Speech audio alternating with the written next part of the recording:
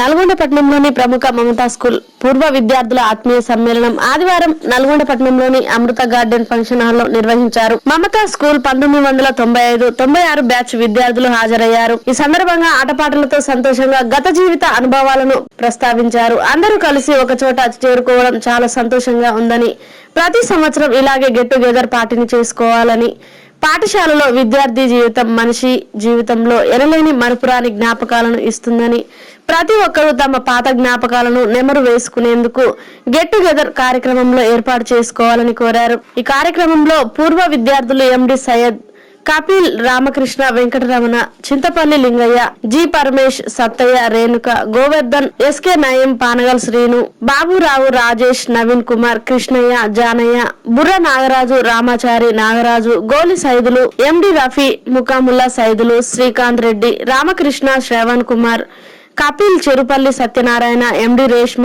అన్నపూర్ణ, శ్రీలత, స్వప్న, కవిత పాల్గొన్నారు.